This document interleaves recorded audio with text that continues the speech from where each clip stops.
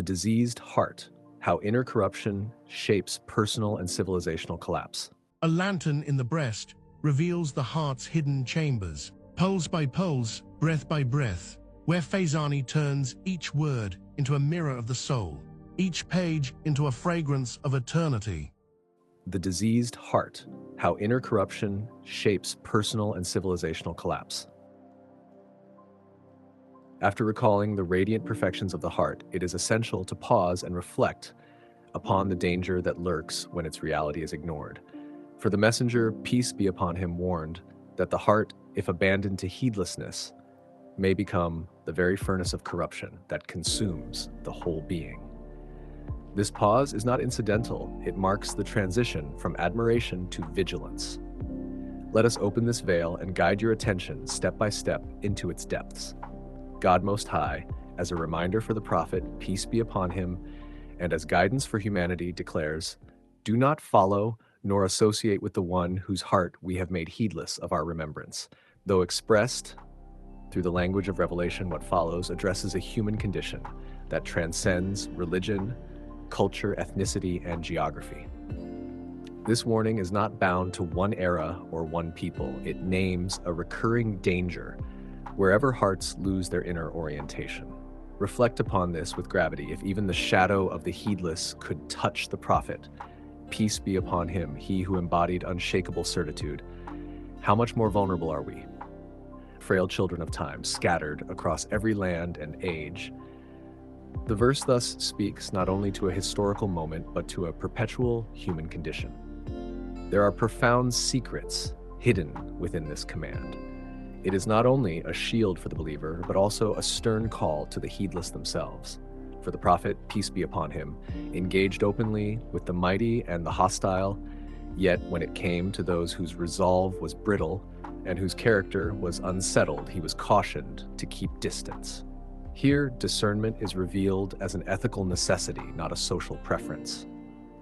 Why then is it vital in every civilization across every epoch to guard oneself from those estranged from truth, justice, and the remembrance of the divine? Because such people do not remember God inwardly, nor do they nurture love for him in their hearts. In the language of today, they have abandoned the compass of higher dignity, whether framed in the vocabulary of revelation, philosophy, or universal ethics. They may proclaim belief with their tongues, but within they remain barren. As Revelation declares, they say, "We believe," with their mouths, but their hearts have not truly believed. Here, attention is redirected from speech to structure, from what is claimed outwardly to what is formed inwardly. That is, the light of divine unity has not blossomed in the chamber of devotion within the heart. This chamber is the innermost sanctuary, where remembrance ascends to its throne, where love for the eternal takes root, and where sincerity flowers into certitude. When this inner sanctuary is veiled in darkness, the entire heart is laid waste. But when illumined, the whole being shines as a lantern of awakened certainty. Thus, the health of the heart determines the direction of the entire human being. In their dealings, too, they may approach with eloquent words, praising and flattering outwardly, while concealing treachery within. Their tongues speak of loyalty, yet their intentions betray them. History and social science alike testify that nations collapse when hypocrisy corrodes the marrow of their leaders and institutions. Such duplicity is rejected, and those who practice it are counted among the hypocrites and the corrupt. The disease of the heart does not remain private, it migrates into systems and structures. God unmasks this falsehood, declaring, "They say with their mouths what is not in their hearts." Here lies a timeless truth. The fracture between word and heart is the seed of ruin. Authentic sincerity is the cornerstone not only of faith, but of every enduring culture, economy, and civilization. Where this fracture widens, trust collapses and meaning erodes. But from where does this duplicity and betrayal arise? What force compels even the intelligent to descend into such disgrace? God Most High unveils the cause. Their hearts are filled with doubt, so they waver in their uncertainty. Doubt here is not intellectual humility, but a destabilizing unrest that erodes resolve and fractures trust. Thus, it is not mere ignorance of speech, but a deeper ailment of the heart, an unrest that drives them into suspicion, hesitation, and betrayal. Modern psychology confirms that unresolved conflict breeds anxiety and self-deception. Anthropology shows how these inner fractures ripple outward, disfiguring families, societies, and nations. What Revelation names as disease, contemporary disciplines observe as dysfunction. It becomes clear, then, that in the realm of truth, hesitation is not harmless. It is the herald of division, the fracture that corrodes both the heart and the community. Indecision at the core eventually manifests as collapse at the edges. For this reason, the Quran casts further light, grouping those with diseased hearts alongside the disbelievers. God declares, "As for those in whose hearts is a disease and the disbelievers, they say, what does God mean by this example?" When the heart resists healing, even guidance appears as provocation rather than mercy.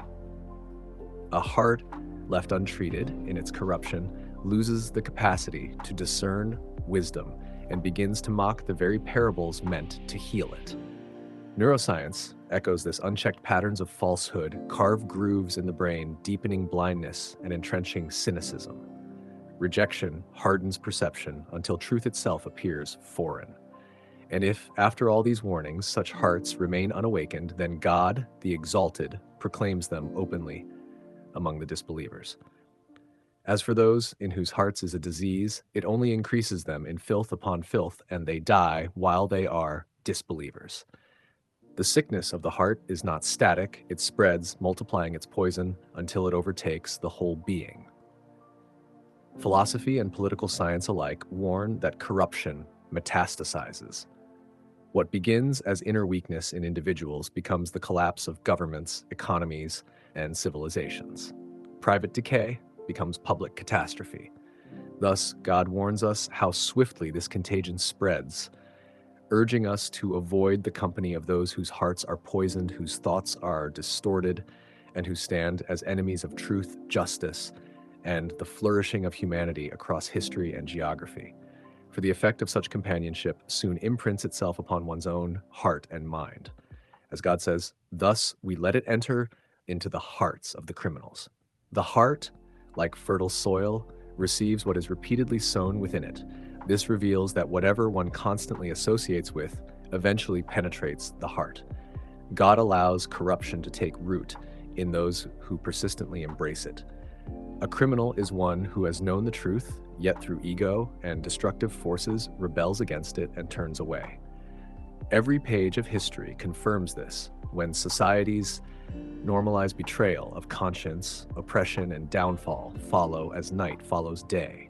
Though such people may appear outwardly numerous and united, inwardly they are hollow and divided. God unveils this emptiness, declaring, "You think them united, but their hearts are divided." This inner division is the unseen fault line beneath every outward show of strength. Their supposed strength is but illusion. Outward alliances without inner sincerity are corpses without souls, structures without breath. Sociology and economics affirm this. Without trust and moral integrity, even vast empires and markets collapse under their contradictions. Unity without inward coherence cannot endure. From the depths of their misfortune, another calamity befalls them. God casts fear into their hearts whenever they confront the truly faithful. They are driven to retreat or to surrender in humiliation. As God declares, "Soon we shall cast terror into the hearts of those who disbelieve." This promise, however, rests on a condition that those who claim the mantle of belief embody it inwardly and outwardly sincere in both heart and deed. The record of nations proves this law. Those who wedded inner conviction with outward justice rose, while those who paraded false conviction collapsed into ruin. And so, with God's help, we have drawn together a handful of radiant verses, a sample of the vast harvest to illuminate seekers concerning the mysteries and perfections of the heart. In truth, countless other verses resound with the same message, expressed in different forms. Our intent has been to present those easier to grasp so that reflection may awaken the work of purification.